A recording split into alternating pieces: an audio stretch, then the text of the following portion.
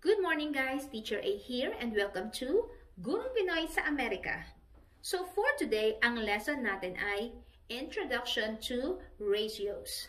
So sa lesson natin na to, pag-aaralan natin kung ano ba yung ibig sabihin ng ratio.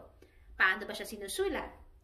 Paano natin makukuha yung simplified form niya, pati na rin yung mga equivalent. So simulan na natin. Kapag sinabing ratio, it is the comparison of two or more quantities. So, kinukumpara lang natin yung bilang na kung ano yung nasa given. So, paano ba yon? Let's have example number 1. Okay, example number 1. Ratio of stars to hearts. So, madali lang kunin yung ratio niya. Bibilangin lang natin kung ilan yung stars muna, since siya yung naunang sinulat. So, stars muna tayo. 1, 2, 3, 4, 5, 6, 7, 8. So, we have 8. Is to, count naman natin ngayon yung mga hearts. 1, 2, 3, 4, 5, 6. Yan. So, therefore, ang ratio natin ay 8 is to 6. So, isa lang to sa mga ways ng pagsusulat ng ratio. So, ito yung ating word form. Yung second form ay tinatawag nating colon form kasi gumagamit tayo ng colon. So, kunin natin ulit yung number of stars, which is 8. And then, colon, wherein kapag binasa nyo siya, parang ganito rin siya. 8 is 2, and then yung number of hearts, 6. Yan. So, yun yung colon form. And then, yung third way ng pagsusulat ng ratio is yung kanyang fraction form. So, from the title itself, from the word itself, fraction, para siyang fraction. Yung number sa taas, yun yung una na quantity, yung number of stars.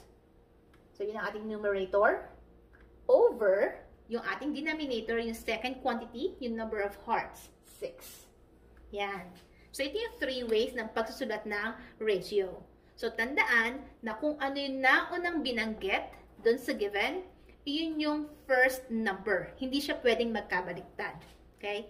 Now, tulad ng pagsusulat ng fraction, yung ratio natin, pwede siyang i-simplify. I-reduce natin sa lowest term. So, paano ba yon? So, pag sinimplify natin, kukunin natin yung greatest common factor.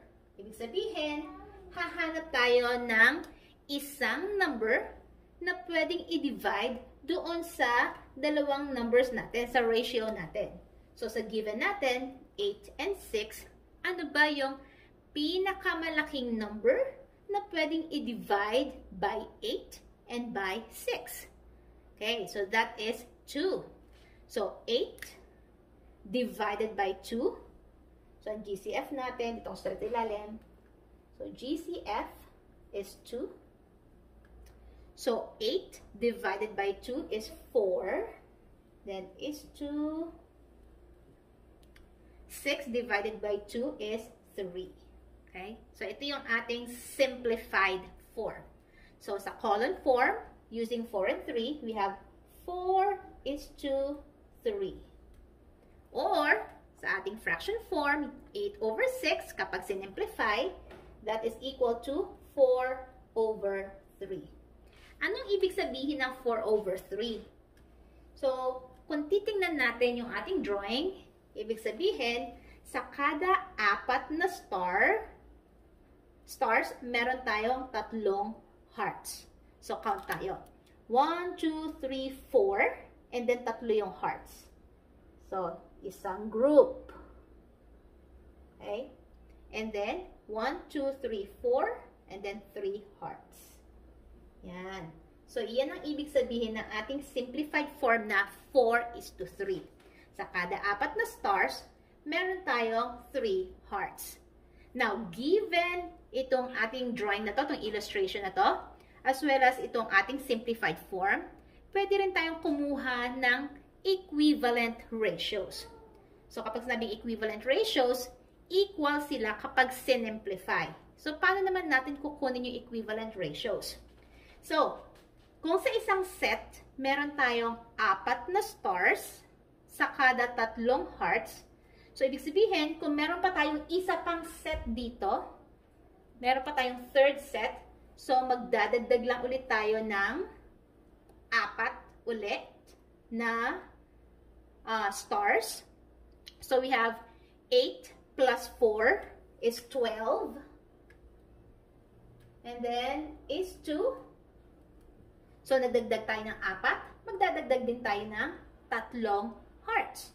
So, 6 natin plus 3 is 9. So, therefore, yung isa pang equivalent ratio natin ay 12 is to 9.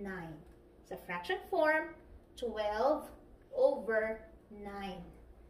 Kapag sinimplify si 12 over 9, kapag dinivide sa GCF, which is 3, 12 divided by 3, ang sagot ay 4. 9 divided by 3, ang sagot ay 3. Okay? Isa pang way ng paghahanap ng equivalent fraction is using scale factor. So, ibig sabihin, mag-iisip ka naman ng number na pwede mong i-multiply to both 4 and 3. So, halimbawa, itong given natin na to. 4 multiplied by 3. So, times 3. So, 4 times 3 is 12. And then, 3 times 3 is 9. Okay?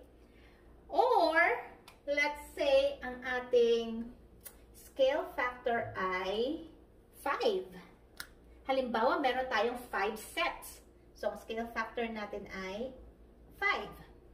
So, ilang stars at ilang hearts yon. So, gagamitin ko na lang yung fraction form para madali. So, 4 times 5 ay 20 over 3 times 5 ay 15. Yan. So, isa rin to sa ating equivalent ratio. Kasi kapag sinimplify siya, it is equal to 4 over 3. Sa pang example, sa pagkuha ng equivalent ratio, pwede natin siyang i-multiply by 10. Ibig sabihin, meron tayong 10 sets. So, 4 times 10 ay 40. And then, 3 times 10 ay 30. Yan. So, 40, kada 40 hearts, ay stars, meron tayong 30 hearts. Again, sa pagkuha ng equivalent ratio, magmumultiply lang tayo ng kahit na anong number doon sa ating simplified form. Okay? So, let's have example number 2. Okay, example number 2. Ratio of squares to triangles. Again, kung ano yung unang nakasulat, iyon yung una nating bibilangin. So, nakasulat dito, nauna yung squares. So, bilangin muna natin yung squares. 1, 2, 3, 4. So, we have 4 is to ilang triangles? 1, 2, 3, 4, 5, 6, 7, 8, 9, 10. Yan. So, 4 is to 10. Ito ang ating word form. Now, yung ating column form, 4, then colon, 10, which means 4 is to 10. And then, ang ating fraction form, yung first na quantity natin, yun yung ating numerator, 4 over 10. Yan. So, ito ang ating tatlong ratios. Now, ano naman yung simplified form niya? So, 4 and 10, saan ba siya pwedeng i-divide? Okay. So, pwede siyang i-divide sa 2. So, ang ating greatest common factor ay 2. So, ang gagamitin ko na lang ay yung fraction form para madali.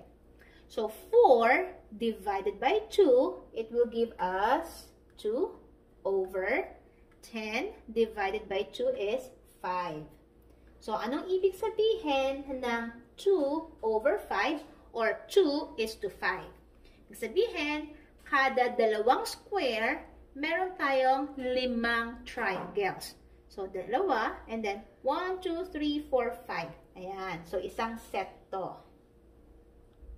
And then, check natin kung ganito rin ang bilang sa ating second set. Dalawang squares, 5 triangles. 1, 2, 3, 4, 5. Correct. Yan. So, kung ano yung GCF natin, yun yung number of sets natin. So, kung ang simplified form natin ay 2 over 5, Ano-ano pa yung mga equivalent ratios ng 2/5? So, halimbawa, meron tayo, let's say, 6 sets. So, ibig sabihin, i-multiply lang natin to by 6 para makuha yung isa pang equivalent ratio. 2 times 6 ay 12 over 6 times 5 ay 30. Yan. So, ibig sabihin, kung meron tayong 12 squares, it is equivalent sa 30 na triangles. So, yan. Equivalent ratios sila. Na kapag sinimplify, ang 12 over 30, ang lalabas ay 2/5. Now, halimbawa, meron tayong, let's say, 7 sets. 7 sets. So, multiply lang natin yung ating 7 scale factor natin sa ating given. So, 2 times 7 ay 14 over 5 times 7 ay 35. Yan. Isa pang equivalent ratio. Magbigay pa tayo ng isa. Let's say, meron tayong 10 sets. So, again, kahit na ilan ang ilagay nyo rito, pwede. As long as yung same number na yan, yung imumultiply nyo doon sa both numerator and denominator. So, 10 times 2 ay 20. Over 10 times 5 ay 50. So, ibig sabihin, kapag meron tayong 10 sets, that means, meron tayong 20 squares at 50 triangles. So, yun guys. Yan ang ating introduction sa ratio. Na kung natuto kayo sa ating lesson for today, kindly give me a like para i-share to ni YouTube sa iba at meron ding ibang 6th grader na matuto ng ating lesson. That's it for today. Bye guys!